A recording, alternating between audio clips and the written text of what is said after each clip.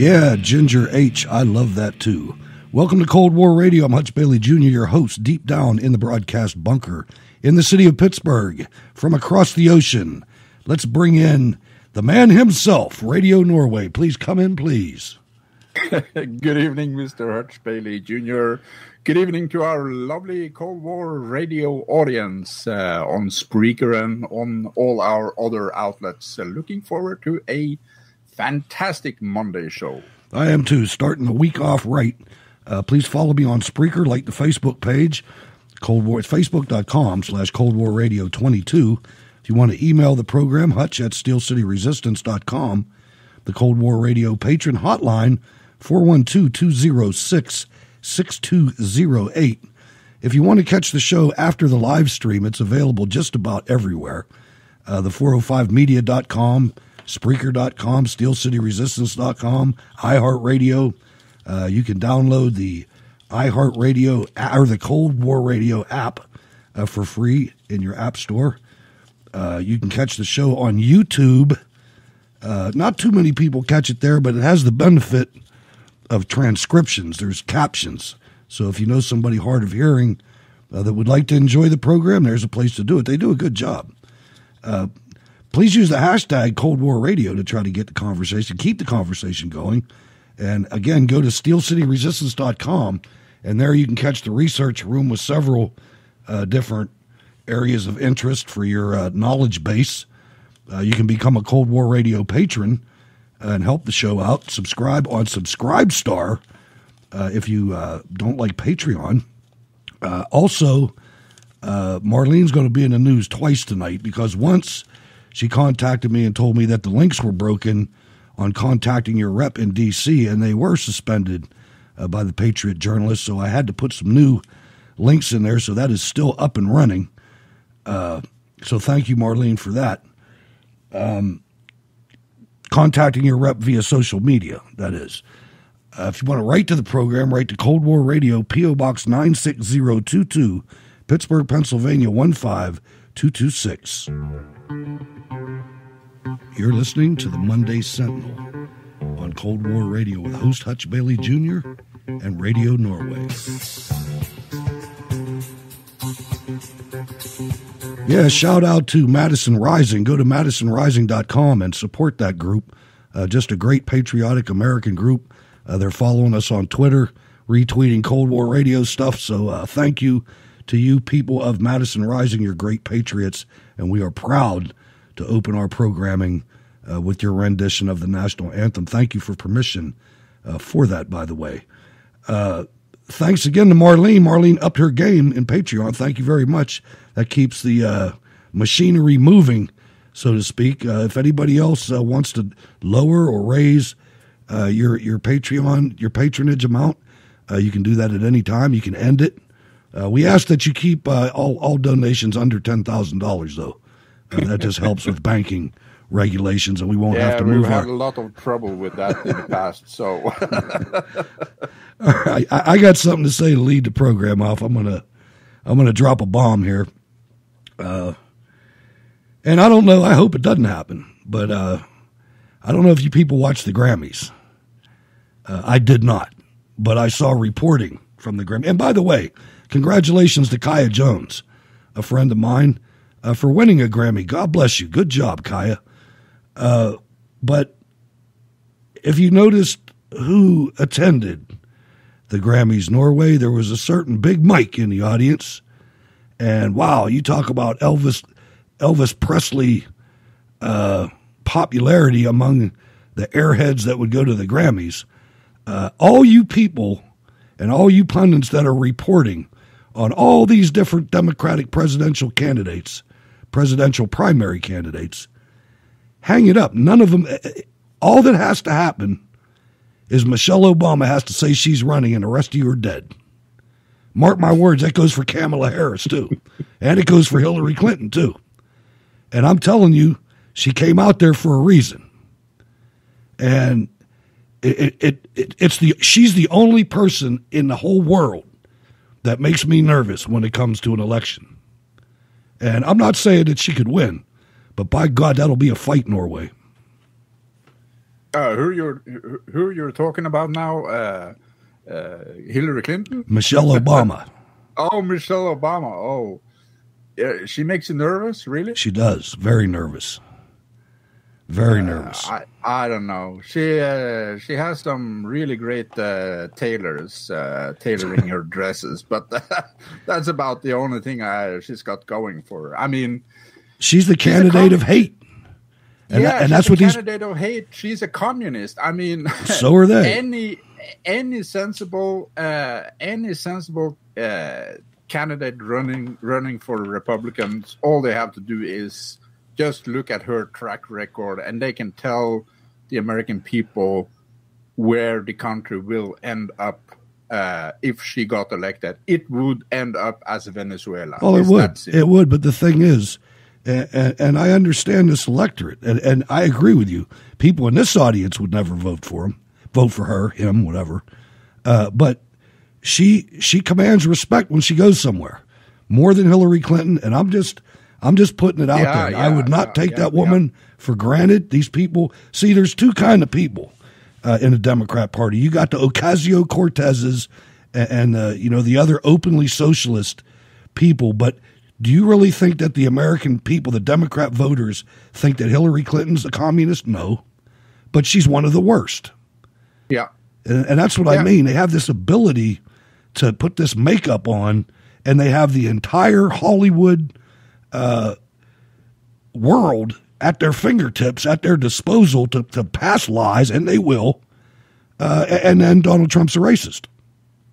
Yeah, but, they still have to beat Donald Trump. They still have to beat Donald Trump, and I think that nobody puts into simple understandable words what socialism entails and who are socialists better than Donald Trump. I mean, Michelle Obama would definitely be a bigger challenge than anybody. Pinocchio there, being propped up by doctors on stage. So she would be a more serious challenge for the Republicans to beat. But if Donald Trump is running in 2020, he will be the guy to beat her. And I agree with that. And I'm not saying Donald Trump can't beat her. That's not what I'm saying at all. What I'm saying is, what you're saying. As soon as she enters the game, everybody else's card is void. Yeah. And comparing her to Hillary Clinton, she would definitely be a much harder candidate to beat. It would take a lot of shrewdness. But I mean, look at these guys. I mean, she was the sideline. She was the sidekick for a criminal, a right out criminal administration. And you can't just wash away that in a campaign like that. I mean, there is so much criminality connected with Obama. You can't just take that away and she comes out smelling fresh like roses. It's not impossible. And remember, things are happening in the curtains. I am the last one to say trust the plan and all that BS, but there are things cooking in the wings that we just get a whiff of. And I think that if God willing, these things come to fruition between now and the 2020 election, oh boy, the Democrats, they will have a really hard time getting anywhere near presidency. Well, I hope so. And again, I'm just I'm not one of those go with the plan people either. I think we're going to have to fight for everything that we have. And I think we're one lost election away from losing it all forever. That's what I feel. That's the scary thing. I mean, there are no room for errors in the time between now and the next election. I mean, the many next elections need to be secured by the conservatives. I won't say the Republican Party, because the Republican Party is rotten to the core, and half the time they don't know which party they're in. Oh, you're absolutely. I'm talking about God-fearing, America-loving conservatives. Those are the guys that need to carry this through to the finish. And you're absolutely right, Hutch. It is. I see. It would be a disaster beyond imagination if the Democrats win any kind of election for the next decade. They're already starting to rewrite election rules in the House. Oh, yeah. So, it is. I just want everybody. I don't want you to lose your bearings of where we are. This is where we are. I do, based on your theme, believe that he's here to stay for a while, maybe through a few primaries, but he is not going to be the nominee. As I've mentioned before, Victor, Donald Trump is not the Republican nominee. Now there's this Trump thing going on, I gather. He's doing okay in the polls for a while, but he's not going to be the nominee either. So we'll be fine. Well, I don't think it's likely that Donald Trump will be the nominee, but it's obviously too early to tell. I would vote for the nominee of the Republican Party, and I don't believe that's going to be Donald Trump. Can he win the nomination? Well, sure he can. I mean, you can make a case that probably 6 or 7 people can make the nomination. Do I think it's likely? No. The only thing is Donald Trump hasn't won this nomination. The majority of Republicans. So anyway, my point is anything can happen, and that woman has a following that's different. It's not an intellectual following.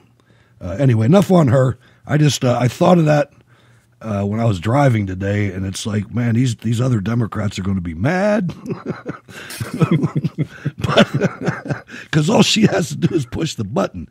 Yeah, and it's money down the drain for them. So yeah. I mean, they can just kiss any chances goodbye. I mean, and it would be an expensive trip just to secure some other positions. So that's true. There's a governor in Massachusetts, Norway, that back during the Boston Marathon bombing, there was a mosque, an Islamic center, that was highlighted during that fake investigation. And there seems to be some type of link between this Republican governor and this mosque. Yeah, I mean, and this is Amy Meck again. I would urge people to. She is a fighter. She is a young female Jewish American, and she is really prolific on Twitter whenever they allow her. Her handle is @Amy Meck, MEK. And I got this tip through her, and I was like, my jaw dropped. I started looking into this, and actually Friday, February 1st, Massachusetts Republican Governor Charlie Baker visited this aforementioned mosque, and it beggars belief. What is going on? I mean, like I said, when we talked about Michelle Obama and presidential race, the Republican Party, they have completely lost their sense of history, their sense of purpose, when they are actively supporting these organizations and centers of terror in America. It's horrible. I mean, there's if you go to the research room on SteelCityResistance.com, you'll see, and it's marked in green, by the way, you'll see a mosque locator. You need to know where these places are, ladies and gentlemen. They're not churches. That's just the way it is. So the Republican Party getting mixed up in this, it's as bad as Bush. George W. Bush was one of the worst. Yeah, absolutely. Right after 9/11, the buddies from CARE whispering, the Muslim Brotherhood whispering him in the ear, Suhail Khan. Suhail Khan and those guys. Muhammad Alibiari. They were playing the president like a puppet. Absolutely. It was It was a presidential Muppet show. Absolutely horrible watching. And you know, the president of the United States, the day after that very same ideology strikes in the heart of the United States, he goes in front of the camera saying, it's such a peaceful religion. First of all, it's not a religion. It's an ideology. I mean, 5% of it can be defined as a religion, but the 95 other percent, that's a political ideology. And I'm referencing here a good friend, Dr. Bill Warner. He has a doctorate in mathematics, and he has done a statistical analysis on the Meccan Quran, the Medinan Quran, Sirah, and the Hadith. And, you know, these idiots in the Republican Party that think this is a religion like Judaism, like Christianity, they need to start to read, you know. They need learning what is behind this. And I mean, when you look at the amount of text in the Quran, Sirah, and Hadiths that are devoted to the kafir, that is you and me, Hutch, that is all the infidels. It is a staggering amount. I mean, you have a so-called holy book, the Quran, talking about 64% of the text in the Quran is about how to treat the non-believers. And they even have taxes. Well, let me say this. The Hadiths, 37% of those taxes. The first thing you got to do is you got to study and understand who you're up against. And you must realize that this is not a religion that you're fighting against. You're fighting against a theopolitical belief system and construct. You're fighting against something that's been doing this thing since 622 AD, 7th century, 1388 years. You want to dig up Charles Martel and ask him why he was fighting the Muslim army at the Battle of Tours in 732. You want to ask the Venetian fleet at Lepanto why they were fighting a Muslim fleet in 1571. You want to ask the Christian, the Germanic and Austrian knights why they were fighting at the gates of Vienna in 1683. You want to ask people what happened in Constantinople and why today is called Istanbul, because they lost that fight in 1453. You need to get into the Quran. You need to understand their precepts. You need to read the Surah. You need to read the Hadiths. And then you can really understand this is not a perversion. They are doing exactly what this book says. So there you go, ladies and gentlemen. Just a reminder from a great guy, Alan West. Let's shift gears a little bit, and I want to go to the culture just for a second. I said earlier that we had the Grammys.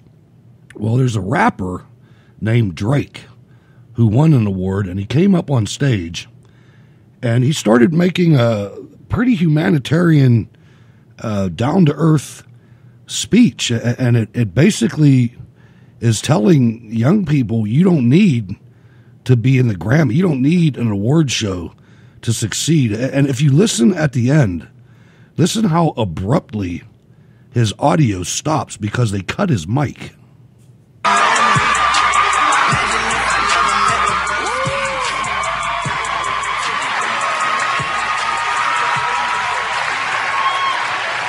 Man,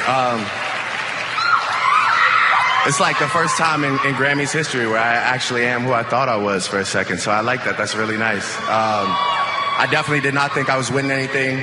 My brother's here. I want to take this opportunity while I'm up here to just talk to all the kids that are watching this, that are aspiring to do music, all my peers that make music from their heart, that do things pure and tell the truth. I want to let you know we play in an opinion-based sport.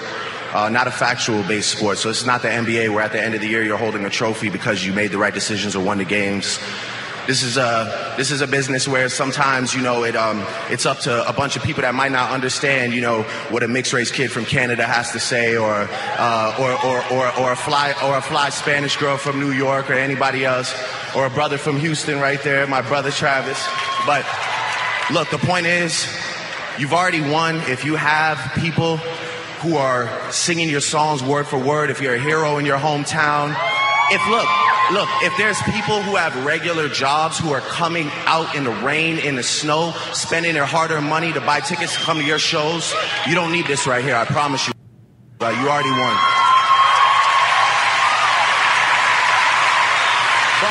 And then they cut his mic. But I just thought, especially, and I'm going to get into this a little bit later, a United States problem that we have here with the National Football League and with NBA stars and a lot of rappers. But now you have this guy that comes out and he's sounding, a little intelligent. It's somebody that, pull yourself up by your bootstraps. You don't need somebody else to approve, Norway. No, I mean, what he said made a lot of sense, but I mean, I think it's kind of brutal that they cut his mic and cut away the cameras. That is, that is a socialist. That is a socialist show. That is a socialist TV. Any other opinion than their own is not acceptable, and you can just cut that away. Absolutely horrible. Right, and he'll probably get who knows? He might get have some people ban him or whatever they do. His name's Drake, though. I don't know anything about the guy. I just came across the clip and I listened to it. I watched it, and it sounded good, so I thought I would share it because most of the news that we get from that industry is not good, unfortunately, so it's nice to see something good. Now back to the bad. There was an angel dad that came on to Fox and Friends, and they interviewed him, and I want you to, you can just feel the emotion in this man's voice as he's talking, and I can't imagine, especially the part when they realize the condition of their daughter. After he was deported, and had he been turned over to ICE, this may never have happened to your family. What are you going to tell the president tonight? Because he's going to pull you aside. You're going to have a conversation. I hope so. I'd like to do a shout out to President Trump because I'm 100% behind him on his deal on the wall and securing the border. He also needs to look at cutting off all the money for sanctuary cities because all that does is let these illegal aliens back into our society to commit more crimes. And I know President Trump has looked into the eyes of angel dads and angel moms like me. He knows the pain. He knows the hurt that we've gone through. He knows the suffering that is being caused to the American citizens. My question for the House and Congress is, my daughter was hit and she was so badly hurt that they wouldn't even let my wife and I identify the body. Her legs were broken in 8 different places. She's had 5 skull fractures. She had 10 broken ribs and a punctured lung. And she died at the scene. That's something that I have to live with and my family has to live with every day. If Miss Pelosi and Mr. Schumer's daughter or son were hit and killed by an illegal alien, I can guarantee you that funding would have been there months ago for this wall and security for our border. But Beto O'Rourke doesn't see it that way. He's having a rival rally and a march. Yeah, Beto, it's funny because he's a representative of the El Paso area. He has yet called out to me. Miss Escobar has yet called out to me. They don't mention anything about the protection of the American citizens here, but they advocate the rights of all these illegal aliens. Dan, you told our producers Amanda was a 28-year-old teacher, a wife, my world, my baby girl, and the glue that held our family together. We're remembering your family. I'm sorry you're going through this. God bless you. Well, thank you very much. So tough stuff. I mean, these human stories are starting to hit, and you're seeing more and more outbreaks of disease in these concentration of these peasants that we're bringing into the United States. I wonder if there's ever going to be any pushback from parents like this guy. I mean, this should get a lot of attention, and it doesn't seem to be. Yeah, he said something that I've been pondering on for the past few hours here. He said that if Pelosi or Schumer's child was hit and killed, the funding for the wall would have been there months ago. I don't know. I don't know if that is a fact, because when you look at the Democratic Party, how radical it has become. It is the Communist Party USA today. And the only way they can win is by replacing the American population. So, and the only way they can do that is keeping the borders open. So I don't know. I'm not sure if he's right on that point, but I mean, my heart really goes out to this dad, because when you hear about his daughter being slaughtered in this totally senseless, meaningless way, it is heartbreaking. And the President Donald Trump, he has been meeting with these angel moms and angel dads. He has looked them in their eyes while they told their story, and he knows what this is about. But I don't know if the Democrats, I don't know if they have a heart anymore, because they seem to be okay with this. Yeah, I mean, they are heartless, that's for sure. Whether or not they would protect their own family, maybe they wouldn't. I don't know. Maybe they hate this country that much. But guess what? Trump's approval rating has hit 52%, a 9-point jump in 10 days. And I know this can go back and forth, but I think he really connected at that State of the Union address and going forward. I mean, he's in El Paso tonight. Unfortunately, I'm going to miss that live, but I'll watch it. I think Beto has about 500 people. Can you imagine a counter protest on a border wall? A U.S. politician rallying people up to let illegals in the country. It's unreal. That's the part I don't get. As a matter of fact, I'm pretty damn surprised and proud of the pushback against Omar Ilwan. I mean, she's getting hammered from all sides. I mean, I know half of it's phony and it's cover, but some of the leaders in the House, like Steve Scalise, are really feeling their oats. I mean, they're telling Pelosi, take her off the Foreign Affairs Committee. Yeah, I mean, it is, you know,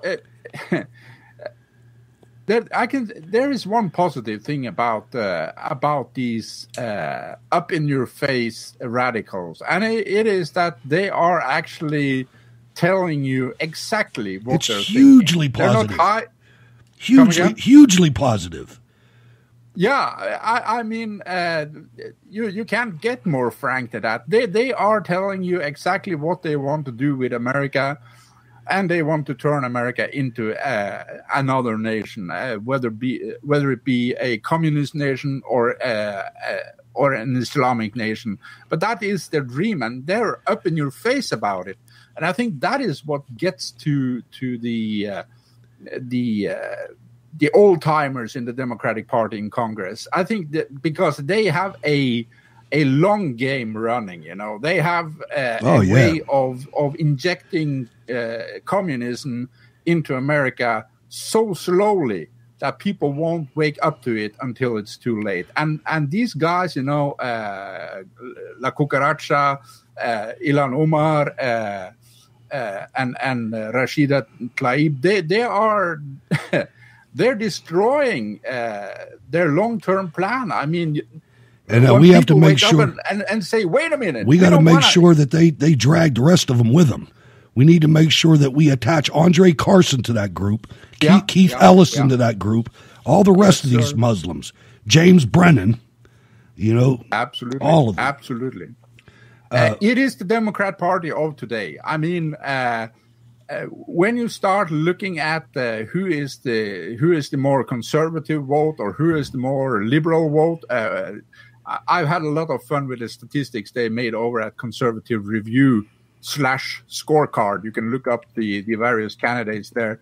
But I mean, you don't have a Democrat senator that comes. They're in 20%, Yeah. that is like top score, a Liberty score of 20%. That is like a top score for a Democrat. I had to And tell that my shows son how communist they've become in that party. I had to tell my son as he's getting older and he's starting to take politics more seriously. I said, no. I said you have to look at this. You can't look at this the way I did. You'll waste too many years. You got to look at this as these are the enemy, and these are damn sure close to the enemy. You know, there's no goodness in any congressman. There's a couple standouts, but there's not very many. And certainly the Republican Party is not the identifier of somebody that's good. That's for sure. If we didn't learn anything else, we learned that. Yeah, like you say there. I mean, in the Freedom Caucus, there are some good guys, but I mean, look at those few heads that are, working their butts off trying to expose how bad things have gotten, and look at the overwhelming odds they have against them. First of all, you'll practically never see them on TV unless they come have a really outrageous radical statement, and they're not asked to give any keynote speeches at any GOP rallies. So, I mean, it's a losing battle. I think conservatives need to rethink the entire strategy, how to use their money and resources in order to promote their candidates, the right candidates. And is there a way for us to have an interim period? Because I think Norway, until you at the very minimum disrupt the national established Republican Party, nothing is ever going to change dramatically. So you have to have a new start. And you just wonder, and it's not for this show, but you wonder, is a third party or a replacement party viable? How long would it take? And do we have an interim period that we could have candidates that would float the country until they get in power? Because this Republican Party, what is Pat Toomey and Ben Sasse doing right now? You know what they're doing? They're crafting legislation to keep the President of the United States from issuing tariffs. That's what Republican Senator Pat Toomey, Pennsylvania, and Ben Sasse from Nebraska are doing right now. You know, that's seditious. I just heard today in Alabama, U.S. Steel, because U.S. Steel is from Pittsburgh, I follow it. They're opening a tubular electric arc steel mill. They're reopening it in Alabama, and it's going to be like 750 new jobs. You know, it's because of the tariffs. The guy from U.S. Steel said in the statement that it was because China can't dump junk steel here anymore. You know, and you have Pat Toomey, you know, that guy, if ever there was a person that needed to be primaried, it's actually both of those two. Yeah. Ben Sasse and Pat Toomey. They're worthless. Yeah, absolutely. And you're absolutely right when you say this is seditious. I mean, look at how badly how far America had driven into the communist ditch. Yeah. And then you have a man, he could have, taken a permanent vacation for the rest of his life in a gated community, living off his billions of dollars, living a fantastic life, globe-trotting, doing whatever he wanted.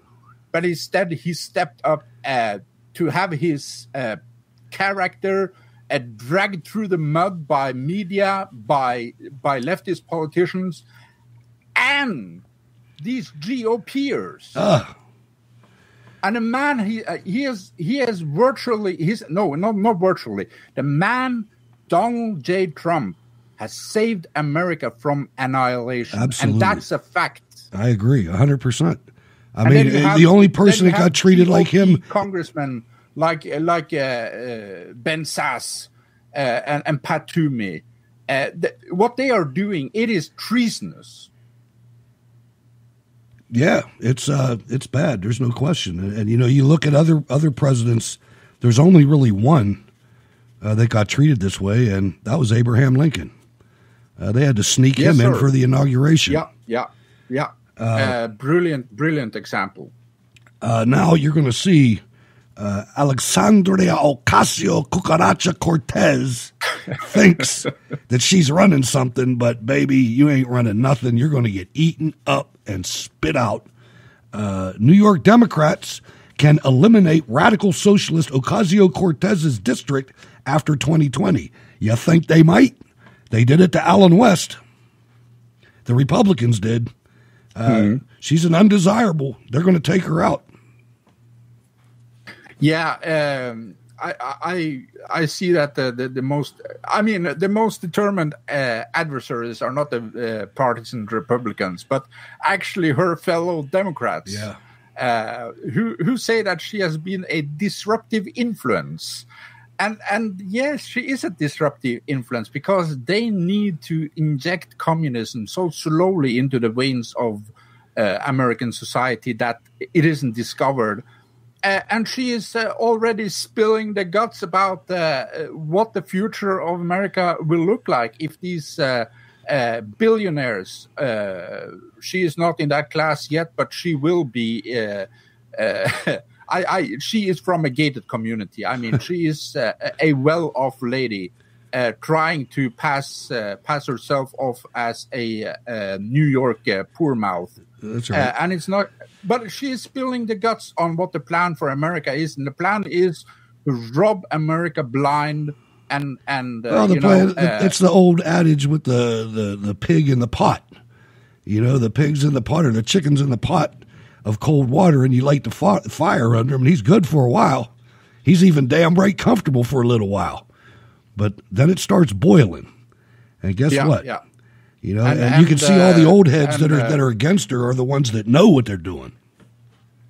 Yes, and La Cucaracha here, she is that boiling water. I mean, that frog is going to jump out as soon as he hits the water, and I mean that is what we're seeing now, and it's got the old timer slow injection communists running scared, you know. And let's listen to one of those communists that knows the deal. It's kind of comical as he explains what socialism is. If you're a senior citizen, you ought to be terrified. This is Democrat Senator Jeff Merkley. The president last night also called out some of the more liberal members of your party. And this is going to be really important, Senator, given what we've seen so far in this pre-primary season. Let me replay what he said. We are alarmed by the new calls to adopt socialism in our country. America was founded on liberty and independence, and not government coercion, domination, and control. Tonight, we renew our resolve that America will never be a socialist country. Do you agree, Senator? At the bottom line, America should never be a socialist country. You know, the president started out by saying he was going to be bipartisan, want to bring people together, but he just couldn't restrain himself from going into campaign mode. And certainly we heard Paul Ryan, when he was speaker, say, hey, now that we've won this big tax giveaway to the richest Americans, we have to dismantle these social programs. We have to dismantle Medicare or tone it down. We have to diminish Social Security, these what they refer to as entitlements. I call them programs earned and very smart programs for our seniors. And I support those. And the president wants to tear those apart. I think he's making a big mistake for the quality of life in America. And I think people are going to respond. You don't see that as socialism, right? I mean, in terms of the word, obviously, it's a word of significance. Well, it is a society coming together to increase the standard of living of our seniors. And that is pretty much the definition. And the president's attacking it. Socialism is a system to increase the standard of living of senior citizens. My God. But you know, CNN, that's CNN, and they believe that. I mean, It's uncanny, the amount of stupid attached to these people. Yeah, I just got one question for Jeff Merkley here. How many senior citizens are there left in Venezuela? Right. They don't live that long. That's right. That's a fact. Now, I don't know what Hillary Clinton, what circle she's running in, but she was recently on a program called The Circus, which was on Showtime. And it looks like a group of about, in the camera shot, maybe 7 or 8 people. They're in a room. It looks like they're standing in a hall. And this animated reporter is moving around, and she's interviewing convict Clinton. And she's like standing behind it. It's real nickel and dime stuff. But I want you to listen on her analysis of the illegal immigration situation and what's going on at the border. There's going to be a new attorney general confirmed in a matter of days, weeks. There's a lot of consternation from Democrats about whether the findings of the Mueller report are going to see daylight. Are you worried about it when you look at the landscape? I think that anyone in a position of responsibility has a duty to keep the American people informed. Right. And I would expect that duty to be fulfilled. And if there is a report, that report should be sent to the Congress and made public. The president might call a national emergency in the next 2 weeks. If you were calling a national emergency on any topic, what would it be? Where should we be most focused right now? I just don't think you should call national emergencies unless there truly is a national emergency. There's no national emergency at our border. And he's frustrated because he can't even convince his own party to support his requests. And he shouldn't be breaking new ground and causing new precedents that, really could come back to not only haunt him, but haunt our country. So he should go through regular order. He couldn't get Congress when he had Republican control. If he can't get it now, then work with Congress. Every Democrat, every Republican wants to do what is right to secure our border. They disagree with his demand that there's only one way to do that. So she's relegated to Showtime and some closet or outside the men's room or wherever they were. I shudder at the thought of that woman, and I especially shudder at the thought, you think the Obamas were criminals. They were nothing compared to the Clintons.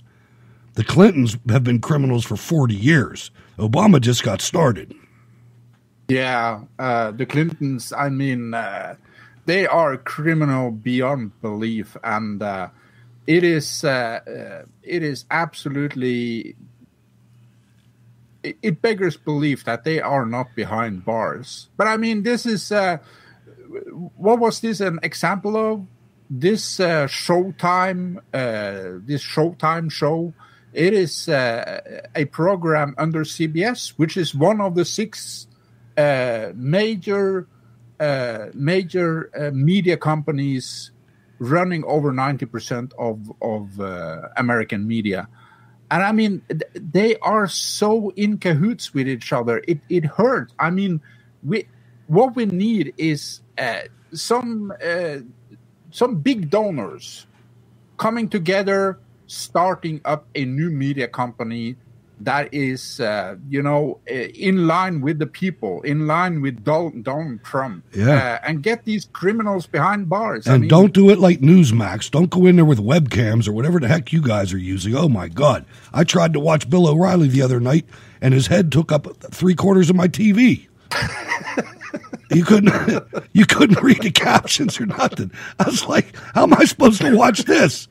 I'll give you a break, put it in black and white, but make it HD. Yeah. You're going to do it, you got to do it right, ladies and gentlemen. I know there's a guy in Pittsburgh that is ready, able, and willing to take your millions and billions to turn that into something viable. So, I promise you one thing, it'll be radio, and it won't be between 12 and 3. Because that's Rush Limbaugh's area. I ain't messing with that. But maybe at 3 in the morning or something, who knows? All right, so at least, the good part about that is she's relegated to a show called The Circus, and anybody that's watching Showtime is not doing so to watch Hillary Clinton. So nobody probably saw it. But at any rate, your point was well made, though.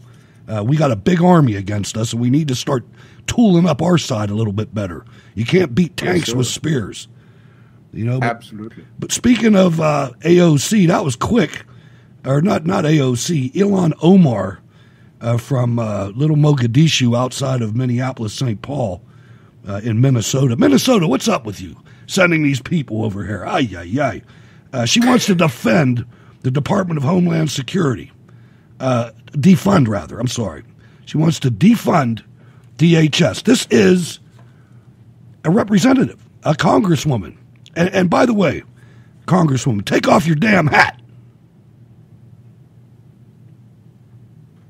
I stun you.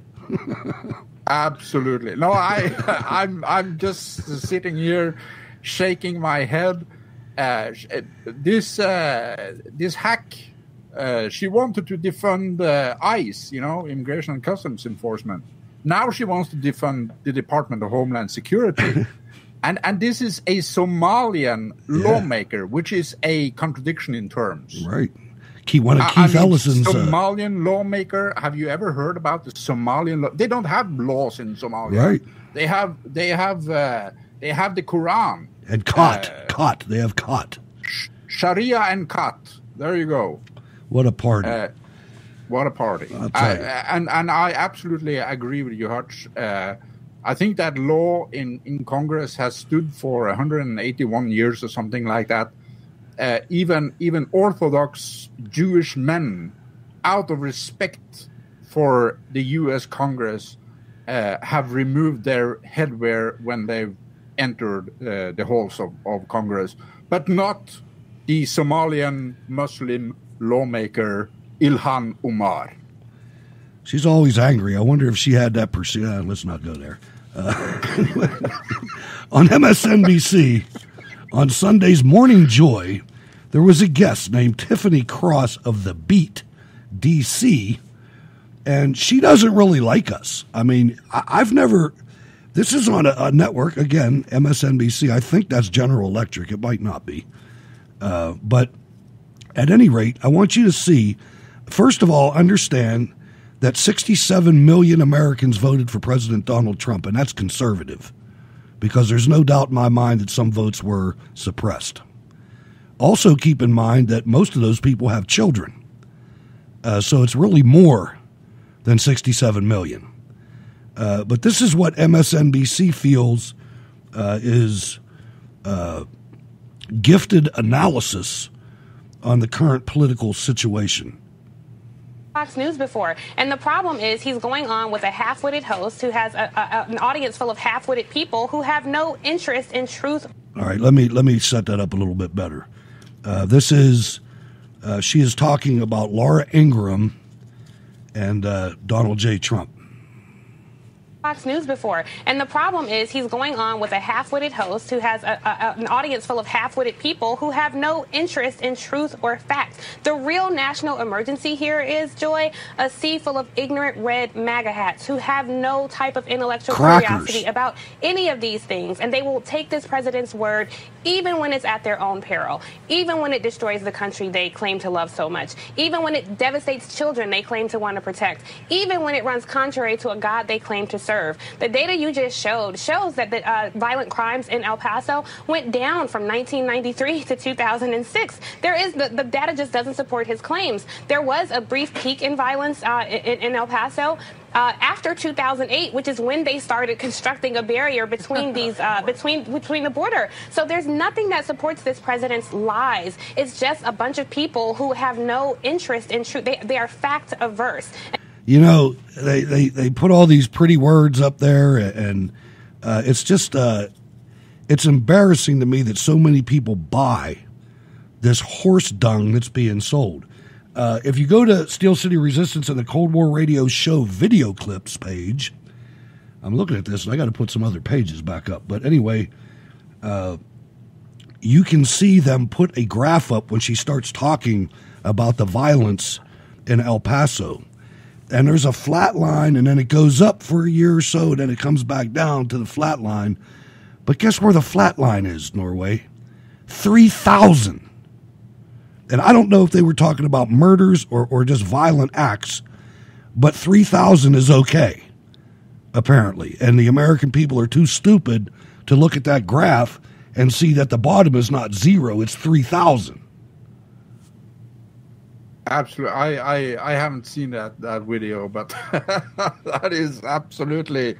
you know, they say there are three types of lies. You have the white lie, you have the black lie, and you have statistics. And I mean, everyone that's studied statistics in either in high school or college know that you can tilt a graph any way you want, and you can make it look big or small depending on what you need. And don't believe for a second that these guys won't do it, because they do it all the time. So look behind the numbers, ladies and gentlemen. Be your own media research organization. Go to the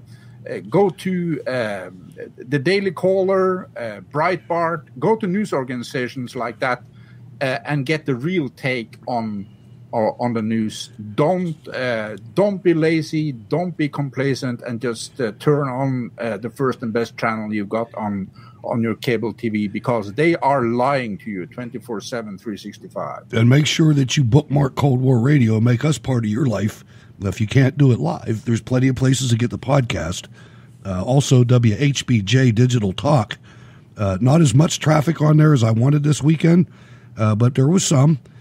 We play 7 days a week, ladies and gentlemen, starting at the latest 8 p.m. Every night, and we've got a lineup for you. It's not complete yet because this is still in beta testing. Not even sure if it's going to be viable, but we're going to keep it going for a couple more weeks.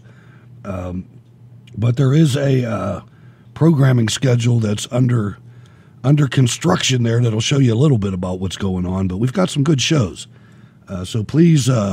Don't just stop by on Mondays, Wednesdays, and Thursdays. We're here Tuesdays, Mondays, Wednesdays, and Fridays. We're here Tuesdays, Thursdays, Saturdays, and Sundays as well. If anybody is interested in doing a show, let me know at hutch@steelcityresistance.com, and we will go from there. All subject matter is open. It's not this isn't there's going to be a lot of conservative content. But the station itself is digital talk. Anything you want to talk about, you run it by me and we'll see. And I'm pretty liberal when it goes to subject matter.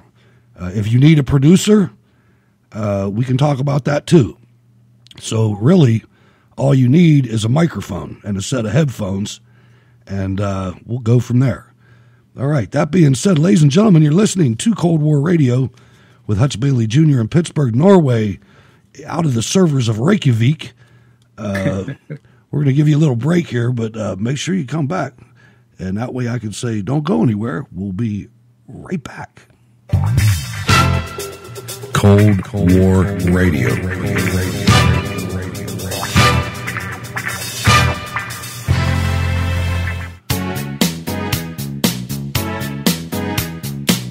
She told me her name was AMC. She was in DC.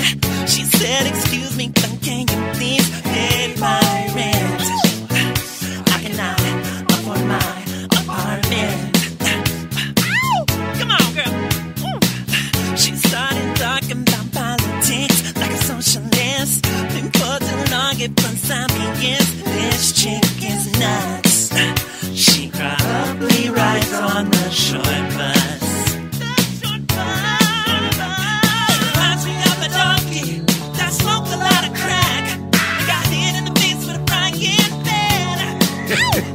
She's borderline retarded, and her policies are whack. Don't try to speak with logic, cause she just won't understand. Come on! Now AOC is not someone for Congress. Nah. She's just a girl who lives in some rooftop. Someone please just make her stop. I would ask members on both sides of the aisle to make those questions clear for the record, so we know what must be addressed at the future proceeding. Now, In your capacity as acting Attorney General, have you ever been asked to approve any request or action to be taken by the special counsel? Mr. Chairman, I see that your 5 minutes is up, and so I'm here voluntarily. We have agreed to 5-minute rounds, and the committee. I think that's a fine place to end the 5-minute rule. The committee will end. Will come to order. I will point out that we didn't enforce the 5-minute rule on acting Attorney General Whitaker. We will. I understand, Mr. Chairman. I was just saying that might be a good breaking point at that point. Railing against the demands. I'm Lisa Lacera, Fox News. As time runs out for a deal on border security, President Trump again rapping Democrats for the lack of funding for a border wall and saying the Democrats want them to go into our country. That's why they don't want to give us what we call the beds. It's much more complicated than beds, but we call them the beds. Border security negotiations stalled over the weekend over Democrats' demands to limit the number of migrants who federal authorities can detain. House Democratic leader Steny Hoyer calling for a deal. We need to fund the government. We must not shut down the government. Contrary to what Mr. Mulvaney said, shutting down the government ought not to be an option. But we want to see an agreement reached. Hoyer on Fox's Your World with Neil Cavuto. This as federal law enforcement officials address the National Sheriff's Association about their concerns about the flow of migrants into the U.S. Fox's Gernal Scott has this live. Lisa, in her comments to the sheriff, Secretary Kirstjen Nielsen cited the ongoing debate and how it could impact the safety of Americans. She says the sheriffs have spoken up about a sticking point in the border security debate in Congress. You wrote that, quote, capping the number of detention beds utilized by ICE not only jeopardizes the integrity of the immigration system, but would cripple ICE's ability to detain criminal aliens. The sheriffs also heard from Acting Attorney General Matthew Whitaker in his final days on the job as he praised local law enforcement for their work with federal agents to secure the border, Lisa. Gernal, a House Democrat, says she's sorry after tweets that some consider anti-Semitic. Minnesota Democrat Ilhan Omar is unequivocally apologizing after being criticized by top House Democrats, including Speaker Nancy Pelosi, for comments made about pro-Israel lobbying. In a tweet, Omar, one of 2 Muslim women elected to Congress last year, responded with all about the Benjamins to a comment about U.S. lawmakers' defense of Israel. Fox's Jared Halpern on Capitol Hill. This is Fox News. The case against a Chicago police officer convicted in the shooting death of a teenager may not be over. Illinois Attorney General Kwame Raoul filed a petition to the state Supreme Court challenging Jason Van Dyke's sentence of less than 7 years in prison on second-degree murder in the 2014 killing of drugged burglary suspect Laquan McDonald, rather than his convictions on 16 counts of aggravated battery with a firearm. The defense wanted probation. The law is clear, and the judge complied with the law when he sentenced Mr. Van Dyke to second-degree murder. Van Dyke attorney Jennifer Blagg calling the latest move nothing more than politics. In Chicago, Jeff Manasso, Fox News. Private investigators working for Amazon CEO Jeff Bezos have determined the brother of his mistress leaked the couple's personal text messages to the National Enquirer. That's according to a person familiar with the matter who spoke with the Associated Press. An NHL team forced to scrap practice due to a reported gas leak near their arena. The Columbus Division of Fire responding to reports Monday morning of a gas leak that led to evacuations at Nationwide Arena and other buildings in the Ohio capital city. Officials say people walking near the home venue of the Columbus Blue Jackets had reported smelling gas near one of the arena's loading docks. This also led to a few road closures in downtown Columbus. The possible leak led the Blue Jackets to cancel practice Monday, rescheduled to a morning skate on Tuesday prior to Columbus's game against the Washington Capitals later that night. Matt Napolitano, Fox News. The 5th season of the PBS series Finding Your Roots will feature such diverse subjects like former House Speaker Paul Ryan and Game of Thrones author George R.R. Martin. The series takes advantage of new advancements in genealogy and genetics to look into the history of American celebrities. Dr. Henry Louis Gates of Harvard University says investigators were able to locate some of Ryan's ancestors to Germany back to 1531. I'm Lisa Lacera, and this is Fox News.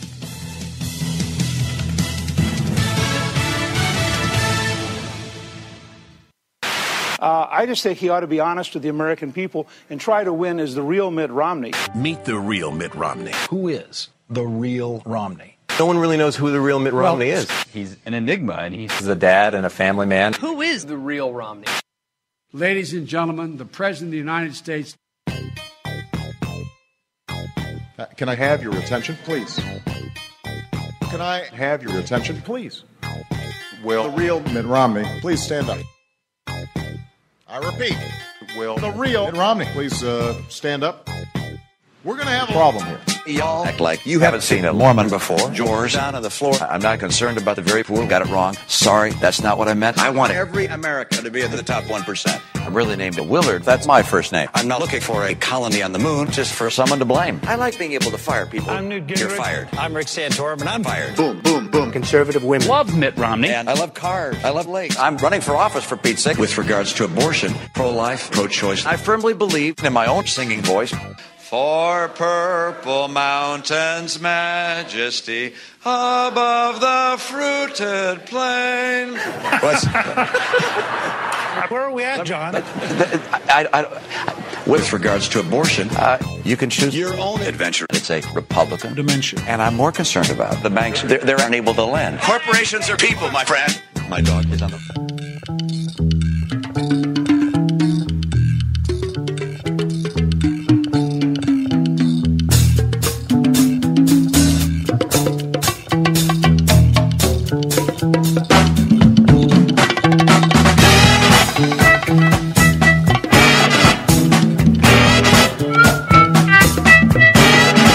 Yeah, I really don't like that guy, in case you didn't notice.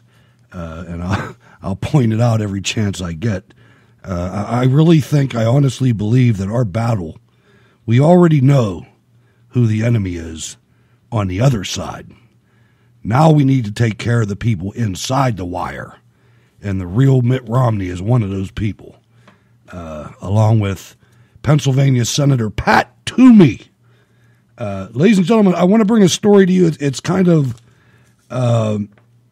when all other things fail, the free market usually works.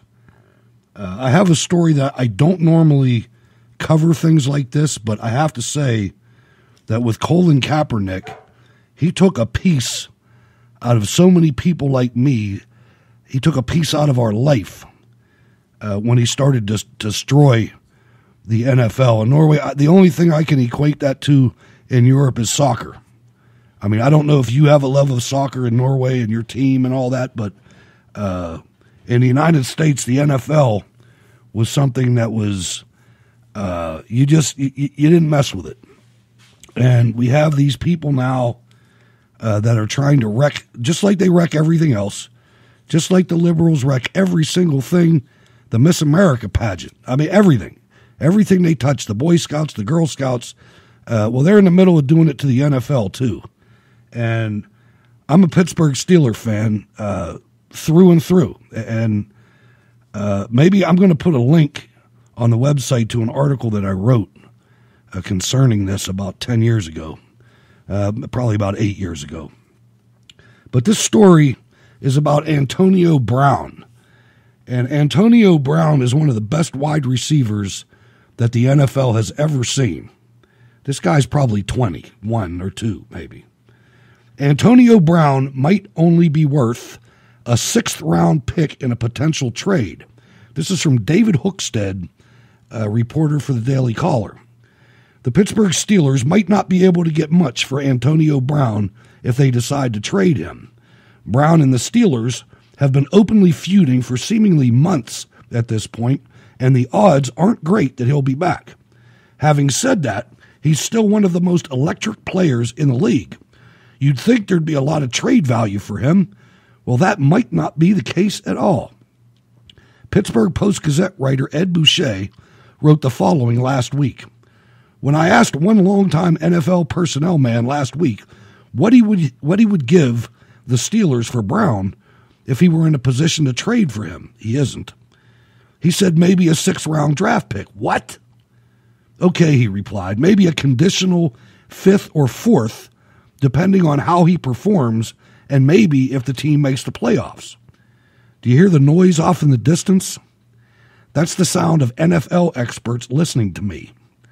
How many times have I said I wouldn't want Brown on my squad, despite how talented he is? The man is a massive distraction, and we already know he'll skip practices and games. Why would any team want to put up with that? If I'm a winning franchise, I'm not interested in bringing a diva into the locker room. Clearly, Brown is not just focused on winning football games, which should be the only thing on his mind. Any player not laser focused on football and only football isn't somebody I want on my roster. I don't care how talented he is.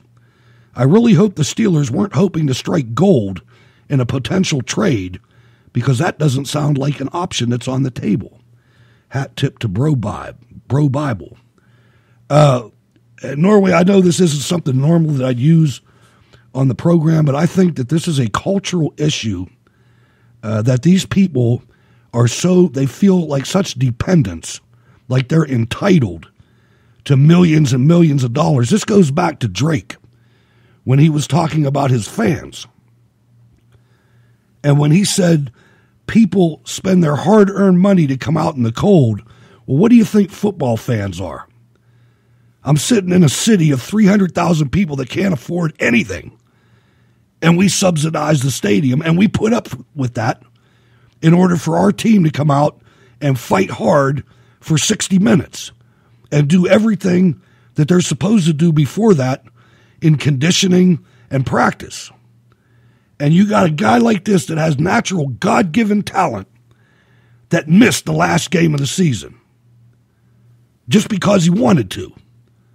I hope he goes broke, and I hope anybody else that follows down this path, including Colin Kaepernick, and anybody who beats their wives or their girlfriends or anything else, or misses child support payments, I hope you people are homeless. You have an opportunity that people would give their limbs for, and you put it right back in their face. I had to do it, Norway. No, I understand the frustration, and I think that the story goes deeper than just football. I think it does. This is actually at the root of problem with the youth we see today, and how this is again a failure of education. It is. This is a failure of education, and you already gave the answer to why we are seeing this. And the answer is entitlement. Yeah. This is a generation where everybody feels they're entitled to something. And a lot of it has to do with fatherlessness. Because when you don't have a dad, you have a poor mom trying to keep everything together, and she's going to give the kids everything that they want just to keep them quiet. It's what they do. Yeah. But I also think that it has to do with a failed school system where just showing up earns you a medal. That is the wrong way around. I mean, people are gifted in various areas, and when you put those gifts into action and actually use your gifts, whether you discover something groundbreaking in physics or biology, or you actually put your talent to use in football, then you're entitled to the accolades that go with it, but not beyond that. And with respect. With respect, exactly. And I think that that story with the rap songer we had earlier, Drake. Drake, yeah. I think that what he said, it is so sharply focused on this that I mean, this is a guy you get a feeling that, and he said that, look, if there's people who have regular jobs who are coming out in the rain, in the snow, spending their hard-earned money to buy tickets to come to your show, you don't need this right here. And he pointed to this award he just received. I promise you, you already won. That's what it said. Yeah. And that is so succinctly put that I don't think I could do any better than that. That is brilliant. When's the last time you thought you would have heard a rap singer on this show? Besides James Chief. I mean, you know. Actually, well, I to be honest, and this is probably displaying my cultural your Europeanness. Completely. No, I had never heard about Drake, but I looked him up on YouTube, and I actually played him while I was in the hours I was preparing for the show, and I actually like it. I like his music, so yeah. I don't know anything about the guy. I don't. Maybe I'll check it out too. I was afraid to. I'm thinking, oh man, he's a rap star that got a Grammy. Oh my God, white people aren't going to do good on this one.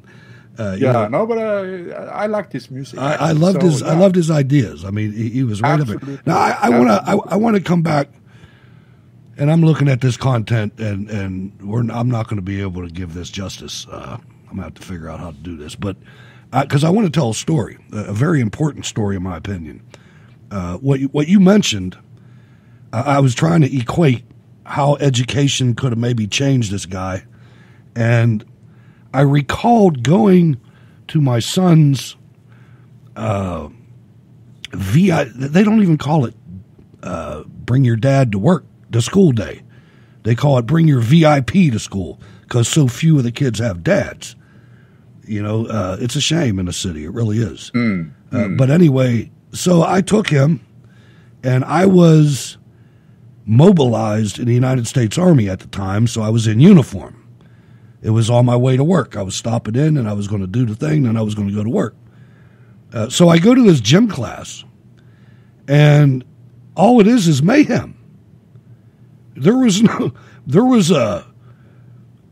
was like a giant game of run from one wall and go to the other wall, and there was a female gym teacher there, and she was talking to me and just letting them run amok.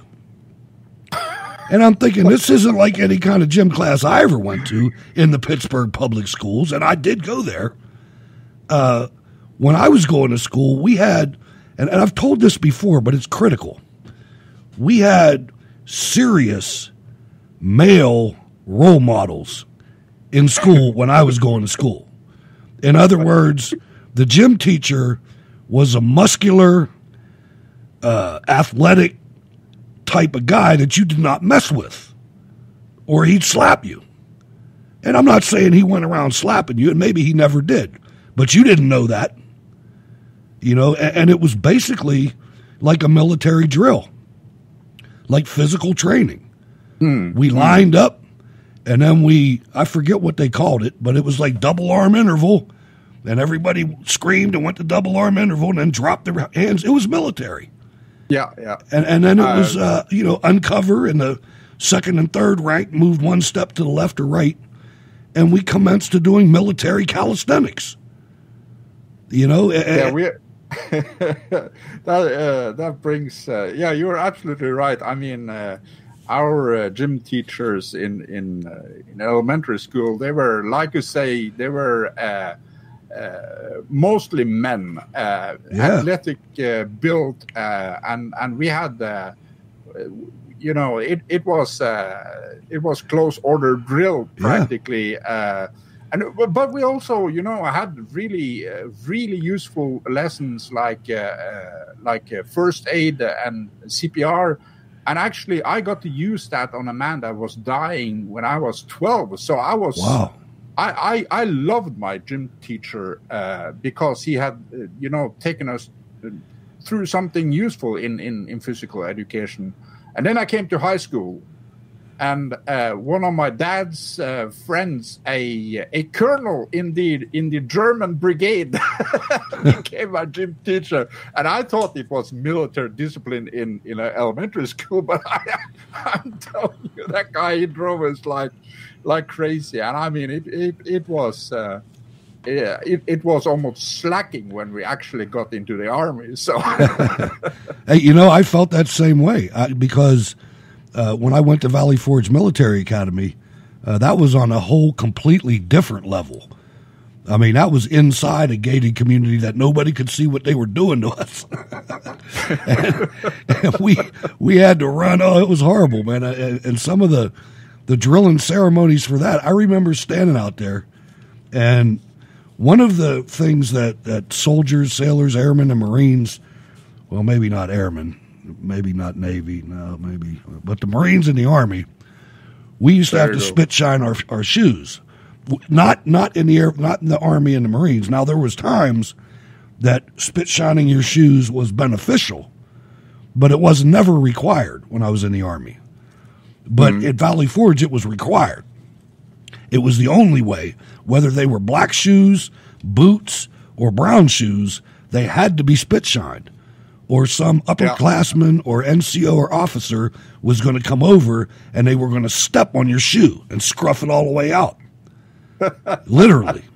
And I remember standing out there with my M1903 Springfield doing,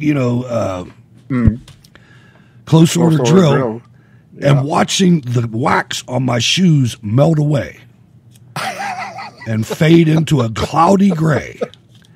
I mean, that's a true story, man. I mean, wow. Oh, and I look at these kids now.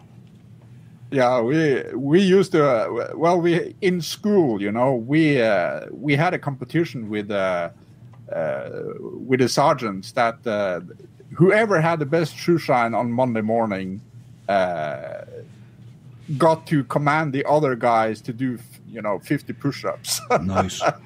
And it was so. I have to admit flat out now that I actually, it was such a deadly competition between the guys that were enlisted, and the sergeant that I actually had my dad shipped me my old drill across the country because I absolutely flatly refused to lose that competition. I mean, I used all the hours between Friday night when we were sent off and Monday morning we were shining shoes. I mean, it's amazing how shiny you can get them. It's amazing. Yeah. It's amazing how shiny you can get some leather, but it takes time. I swear my boots, they are still shiny. It takes time though. It's no quick thing. No, layer upon layer upon layer. The other thing they used to make us do too. Spit polish. You only had to do it once, but you had your cap, which I never knew the actual name of the cap. We call it like the bus driver cap or the policeman's hat with the little visor, and there was a shield that went on the front of this cap, and it was the symbol for the shield of Valley Forge Military Academy, their official shield, and you got it issued to you. But the key was, in the first 6 weeks, you were what they called a plebe, which was nothing. Yeah. You were just a nothing. You were a trainee. And you had to wear this hat with no cap shield on it. But in the meantime, you had to take this cap shield and you had to shine it so much that the features on the brass came off. In other words, I'm talking 100 hours of shining. Yeah. And all the features are after time, especially if you cheat and use cardboard and get some heat going, you get rid of all those features and it almost looks like a flat, cap shield with no features. Yeah. And they were proud of them. But, and that's one of those stories I felt like sharing with the audience because, normal people don't go through that kind of stuff. Yeah, there you go. Anyway, ladies and gentlemen, 412-206-6208. You're paying for the service. Might as well call in. We'll see what happens. But anyway, Monday Sentinel, I've got two really big stories here, and I'm contemplating which way to go. And I think what I'm going to do, Norway, is I think I am going to go and I am going to announce that in a couple of days here, let me see if I can get exactly proper, because okay, here we go. Yeah. Okay, today is February 11th. On February 14th, in 1989, Iran's supreme leader, Ayatollah Ruhollah Khomeini, called for British writer Salman Rushdie to be killed for writing the satanic verses which the cleric said insulted Islam. And in a fatwa or religious decree, Khomeini urged Muslims of the world rapidly to execute the author and the publishers of the book so that no one will any longer dare to offend the sacred values of Islam. And one of the things that this started among a lot of people, this was after obviously 10 years after the Iran hostage crisis, but Americans still weren't putting two and two together. And then when this happened, it started getting a little bit more serious. Plus there was some CIA station chiefs that were executed by Hezbollah and Hamas. I forget exactly, the PLO and all this thing. And then earlier than that, in Lebanon, the Marines were murdered.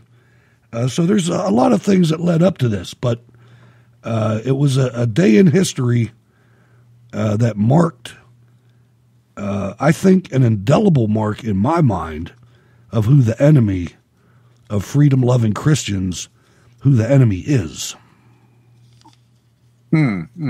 Absolutely. I mean, it went around the world with attacks. Salman Rushdie, he was immediately put under protection, and he actually lived like a prisoner, being moved from place to place constantly.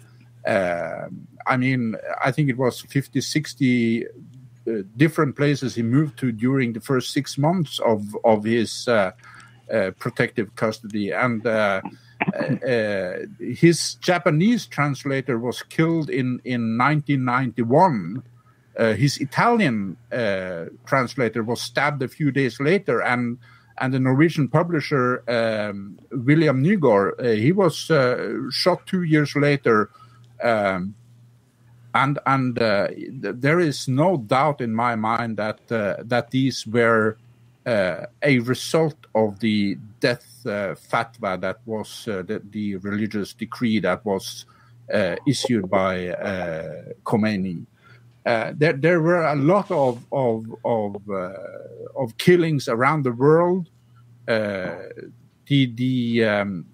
Aziz Nesin, the Turkish writer that wanted to translate the novel, he escaped an attack on his hotel, but it left 37 people killed.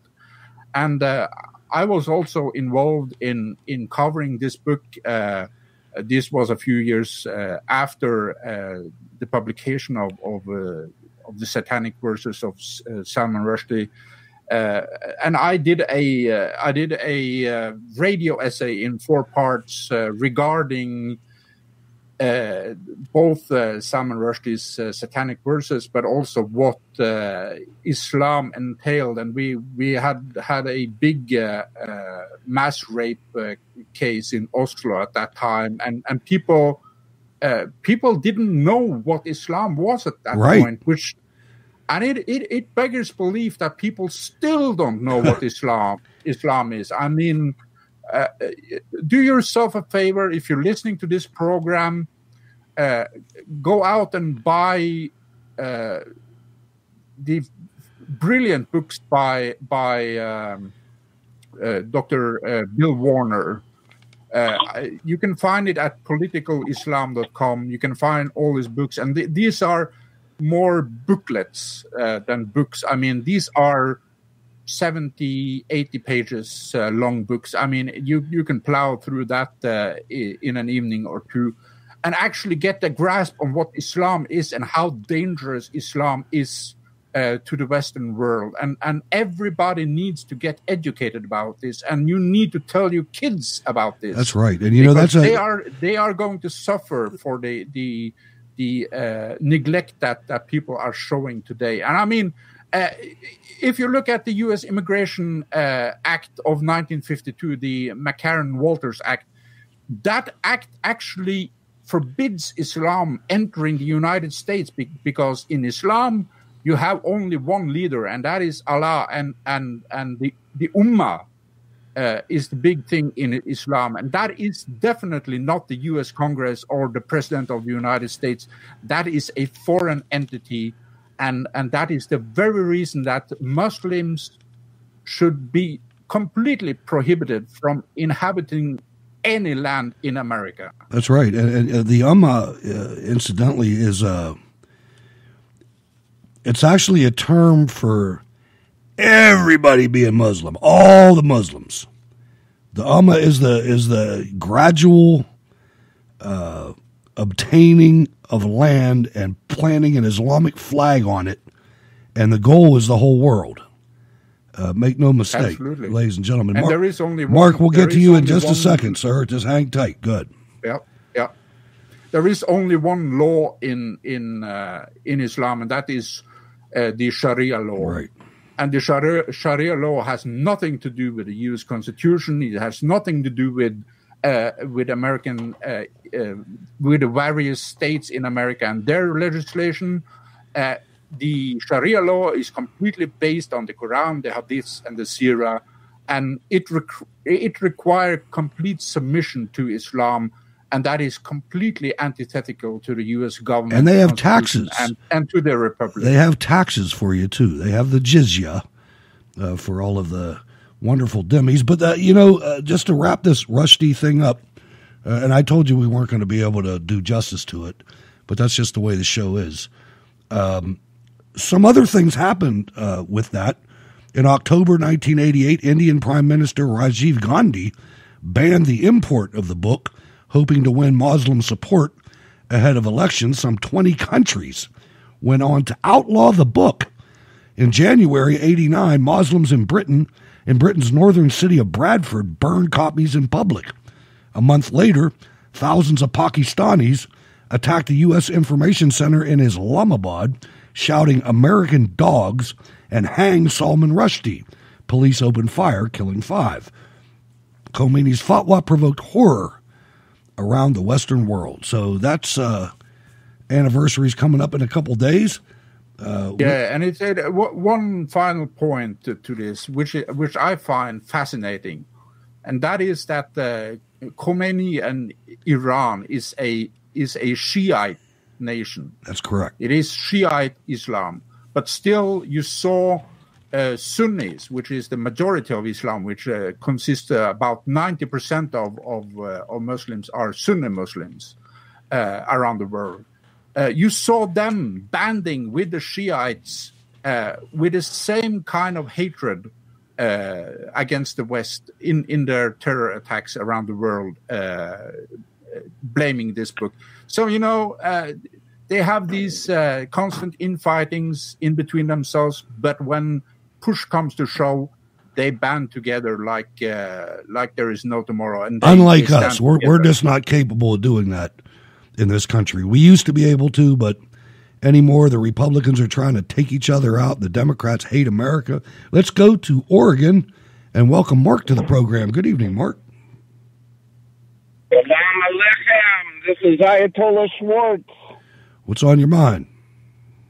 Well, let me tell you something. I just got word that the Kurdish Muslims are going to declare their independence as a nation on March 20th of this year, 2019, in Jerusalem. So are they representing now just to bring the audience up to date here, when we say the Kurdish people, we're talking about people that are living in northern Syria, in northern and eastern Iraq, in western Iran, and other places. Are they united in Turkey? Are they united in any way? This is the first I've heard of this. I'm interested. Yes, Hutch, this goes back to conversation that we had back in 2011. If you'll recall, I brought a guy onto your show. I do. That represented the Kurds. Well, they have organized and formed a union over in Germany with an organization in the United States, a very grassroots organization. and an organization in Israel. And as I've mentioned before, the Kurdish Muslims love Israel. They've supported them undercover. The United States has supported them undercover. And yes, to answer your question, their homeland incorporates land that was divided up in the Turkish Empire, the Ottoman Empire, and also with a British mandate. So the advantage is tremendous to the United States. Think about this. We could have a bridge with Israel and Jordan, Kurdistan, down to Iraq, because we're not pulling out of Iraq apparently, that forms a union and a kind of a sickle to go against Russia's influence in Syria. Now, Turkey is bitter enemies of the Kurds, as is the Iraqis. Mark, try to find some high ground. You're fading out.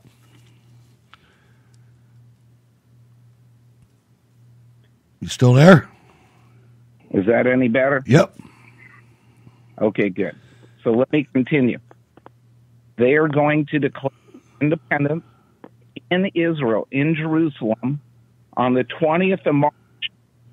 Now, I was going to leave to be there for the Independence Day celebration in May, but I'm going to my trip because I'd like to be in the middle of history, declare their independence.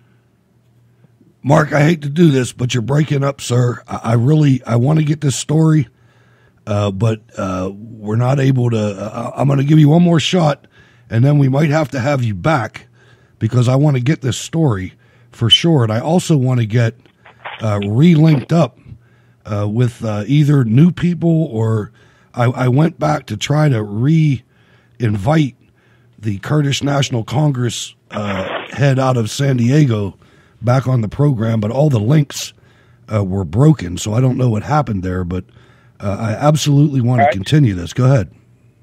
I've got connections with the highest levels of the Kurdish National Congress in Germany who announced this independence announcement will be made in Jerusalem, which is astounding. A Muslim country declaring independence in Israel. Wow. We're talking about something that's like biblical. Yeah. Yeah, that's very interesting. So I'm going to get that guy on. I'm going to interview him, and then you can throw me onto the show, and I'll play the interview for you, and we can have a exclusive breaking news. But there's something else I want to tell you. Okay. I heard from a friend who is a driver for a nonprofit down in San Diego. I won't say what the organization is, but they're an NGO down in San Diego. He has been picking up asylum seekers from the government of the United States of America wearing ankle bracelets, given $100 a night for driving these people to safe houses. This is our own government. Now, I'm going to get him on an interview, on an anonymous interview. I know the guy. I worked with him. He's 100%, and I know the company that he's driving with. And this is astounding. We are paying NGOs to pick up people with ankle bracelets that are being released into the economy as asylum seekers, and maybe they'll show up and maybe not. But how can you track all those people with bracelets? It's beyond words, Mark. I don't know what to say. I'm going to talk to you offline about all these Very things good. because Hutch, all this stuff gets broken on the Hutch Bailey show because you know what? Your audience needs to know this and has an interest and understands the impact. So catch up with me the next time you get a chance. I know you're a busy guy, and we'll talk real soon. I sure will. But before you go, Mark, before you go, say a little bit about the show that we play on Saturdays. It's a very interesting voyage. Let the people know what they're in for if they tune in to WHBJ at 8 o'clock on. Yours is usually around 9, but that evening anyway. Well, I'll tell you something. I appreciate this so much because getting the word out, I mean, I started thinking about how hard I worked trying to get publishers interested and all these people, but Hutch Bailey had the foresight of realizing that this show is going to be a hit, that this podcast is important, and I think the reason it's working is because Max gave me the manuscript for nothing. Right. He sent it to me for nothing. So I'm giving his story out for free. Now, if they want exclusive photographs and maybe a couple extra, bonus things that aren't in the podcast, I'll save that for the book. But the book is going to be a short book. And I'm angling right now. This will blow your mind and everybody else's, especially Rocky and Marlene and John and Dan, everybody. So I'm in negotiations to get a movie made or like a Band of Brothers series done. All right. Well, I just hope that you, I hope you remember us when that all happens. But oh, dude, you're going to be in the movie. I got a great part for you. We need you to be the liaison between the government and Pan American. All right. Because, Pan American was taken over by MATS. Okay. The Military Air Transportation Commander system. So we need an actor that can handle the command and control of getting all this information from, intercepted radio broadcasts by the Japanese that got picked up across the Pacific. Eventually, it got analyzed by the government, who sent it to Pan Am so the families knew what was really going on, or some semblance of knowing better than most people. Hutch, I've taken way too much time. I hog up your podcast. I hog up your chat line. Thanks for not kicking me out. I'm sure it'll happen one of these days, but brother, you're the best. Hey, thank you. Mark Schwartz, ladies and gentlemen. A little eccentric, but he's our guy. Thank you, sir. A little? Bye. All right. So, Norway, I guess we're going to have to look into some of this stuff and see. That's certainly new news to me, and I scour the wires daily, but I got to tell you, Mark has come through in the past. Yeah, this is new news to me as well. I know the March 20th day in 2017 as the referendum date, and March 20th seems to be a special date for one reason or another for the Kurdish people. So I wouldn't discard it as impossible. And if it turns out to be, if you see this happening, March 20th, 2019, that is, like Mark said, that is huge. Yeah, it is. And especially if that is allowed to take place from Jerusalem, that could have a political significance in that location as well. Now, like I said earlier, Mark had hooked us up with the Kurdish National Congress. I believe that was their name. The president of that organization, and he came on and gave a tremendous interview. Rocky will remember, and some of the people that had been around from the beginning. That was quite some time ago, 2011, as a matter of fact.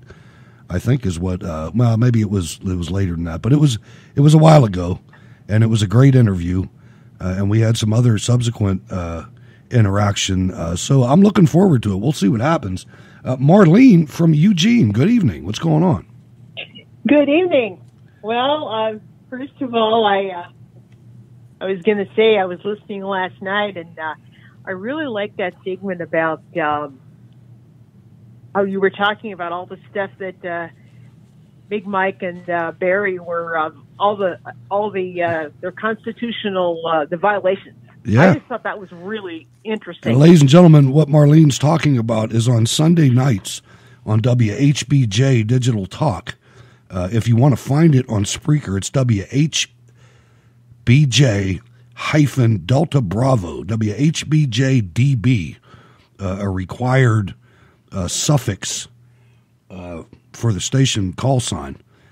So 8 p.m. it starts, and we ran 2 episodes last night, Marlene. There weren't that many people that listened to it, but I listened to the whole thing. Wow, those were great. they were pretty good. I was Yeah. We were putting out a quality product. It wasn't as smooth as it is now, but it was close. Yeah.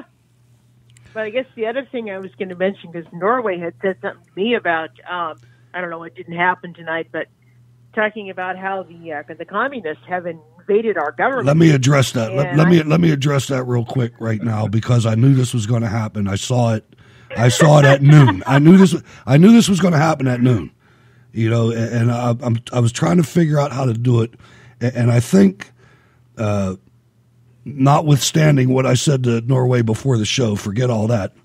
I think for that subject matter, Norway, we do need to, there's so many details in the state and local governments and organizations and agencies and media that we really do need to spend an hour at least on that subject matter. And I did contact Trevor Loudon, and he did not respond to me.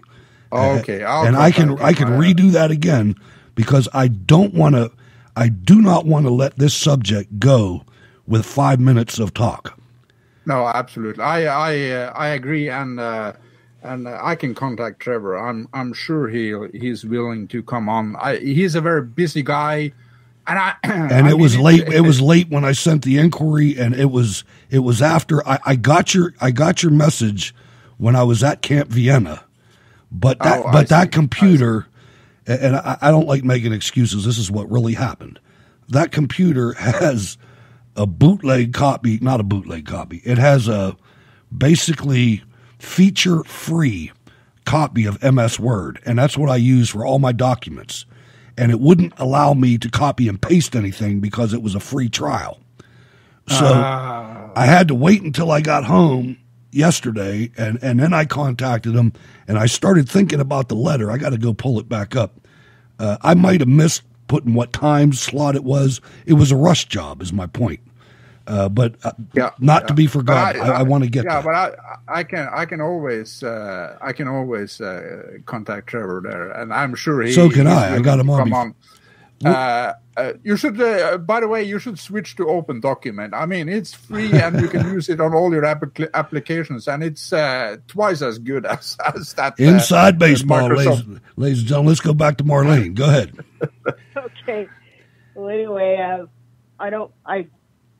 I'll try to be kind of brief on this. But anyway, Norway, when I were talking about that, and I mentioned I'm still reading it, but the book that talks about how back in the, I think right around, basically World War II, and then shortly after, kind of the beginning of the Cold War, you know, about how all these crazy, all these people were in FDR's administration. And the more I read this book, I'm like, my God, we had so many blasted communists in our government back then.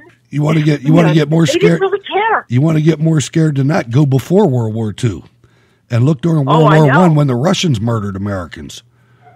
Yeah, I got to go back, but I had to start someplace. Oh, excellent job, and I'll tell you, Marlene, and this goes for the rest of the audience. When you look, and this is one of the reasons I created this show, is because. I'll never forget it. I wrote an article for the newspaper, and they published it about Bill Clinton when he came to office, and all of a sudden, you know, this was after George H.W. Bush's pretend collapsing of the Soviet Empire, and I mean it was nice and all that, but it was not the end of the Cold War. And Bill Clinton was making this big, giant push for spending the Cold War dividend. In other words, taking all the money that we were putting in to keeping the Western world free, so to speak, and spending it on, I don't know, reparations or roads or something. I don't know what he wanted to spend it on, but he was going to give it all away. Well, they were doing it back then, too. I mean, they were giving it to the Russians, and they had all these people in there giving advice. They were pulling strings, and it wasn't just Russia. It was communist China, because they didn't like Chiang Kai, what's-his-face. And they liked Mao better. Yeah, they liked Mao better. They thought he was wonderful. In fact, there was even I just got to reading this last night. They even had a kind of a plot to murder the guy. He didn't get murdered then, but they had plots going. These communists were going around thinking, well, gee, we don't like him anymore. He was great for a while, but we don't like him. Let's kill him. Who, Mao? I'm like, okay. Yeah. No, Chiang Kai-shek. Oh, Chiang Kai-shek. Oh, right. And we supported both of them. Let's be honest. I know we did. Chiang Kai-shek was an important ally of the United States during the fight against the Japanese. So I mean, I know that if it wasn't for the weak U.S. government, FDR and those boys, Chiang Kai-shek would probably have gotten much more support against Mao, and China might not have been communist today. But history would want it otherwise. And I mean, there goes a very important historical lesson, because we see the same thing happening today with the U.S. Congress. I mean, the U.S. Congress is. I mean, they're the best friends of the Communist Party USA, the Democratic Party included. Exactly. I mean, you look at some of the things that are being said, and man, I wish I could remember exactly who tweeted this. It was either Jim Jordan or Mark Meadows. It was somebody who I respect, and they were talking about Omar Ilwan, and they said, why would Minnesota allow this seriously liberal congresswoman stand at the Foreign Affairs Committee? And I had to retweet that. I said, seriously liberal? How about anti-American terrorist supporter? No kidding. This use of the word liberal. Any Republican, and ladies and gentlemen, I know I've given you, I don't want to say directives, because that's not the way I am, except for my employees. Just kidding. But don't use the words that they use to mask their evil. And you know what? We're going to come up with a list of words that if we don't stop using them, we're going to lose. Progressive is one of them. Liberal's another one. Abortion's another one. Gay's another one. I mean, it goes on and on and on. They have bastardized the English language and the American culture to the point. Now think about this for a second. We're running out of time, Marlene, but I'm going to run something past you.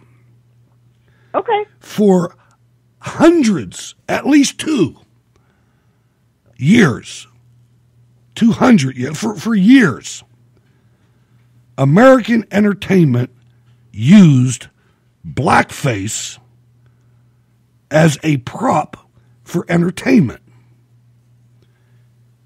And now we're going to fire a governor because 30 years ago he had it in his yearbook? Think about that. I know. How much damage did that do? None. None. Not really. No. And it didn't then, but now they're making a big deal out of it now. It's going to blow up in their face. It's blowing up in their face left and right. It should. Thanks for calling, Marlene. Have a great week. You're welcome.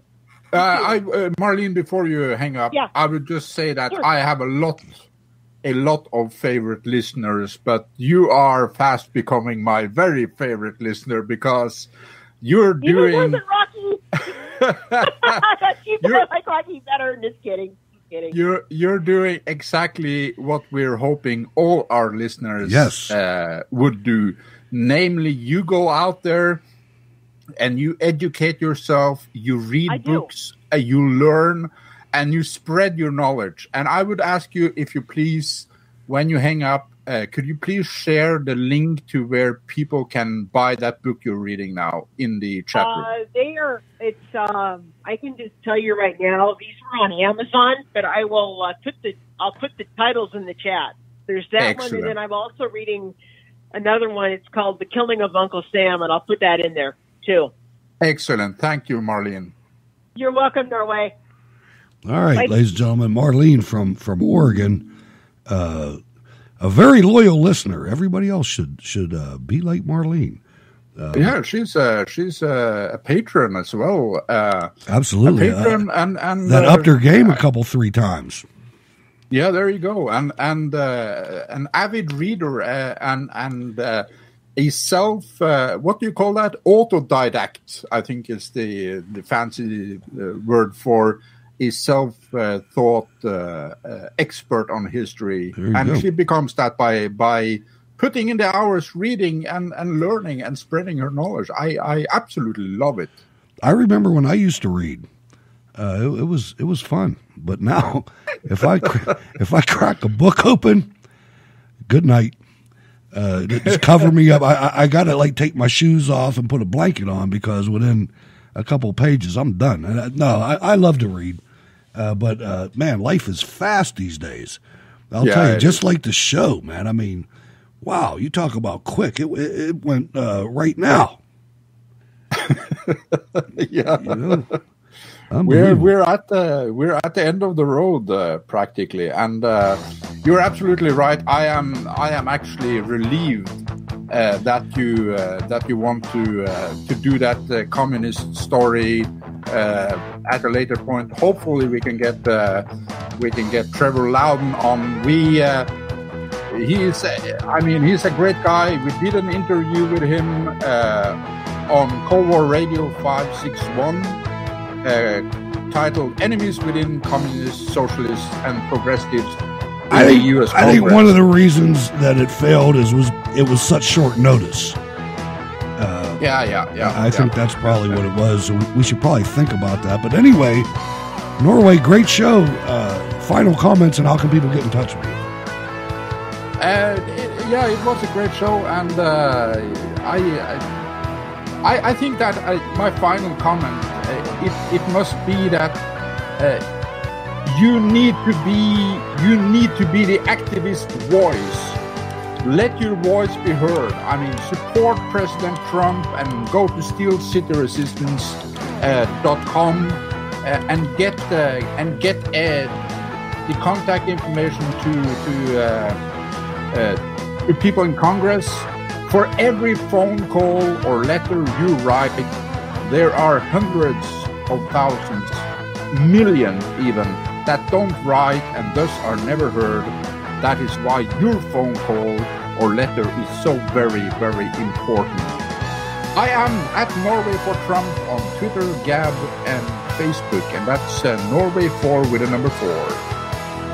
Thank you, Norway. Another great Monday Sentinel, as usual.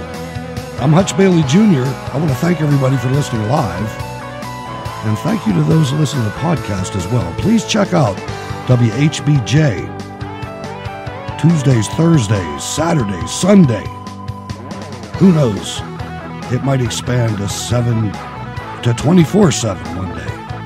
But anyway, search for that, bookmark it, check it out. I'm Hutch Bailey Jr. On all social media realms. We'll be back on Wednesday with the Wednesday briefing with Jack from the mountain, and an upcoming episode very shortly about the communist infiltration into the United States and all agencies and all Bill Peduto in Pittsburgh levels of government.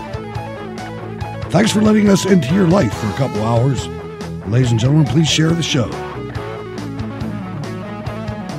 God bless. Jacob Seals, The American Dream.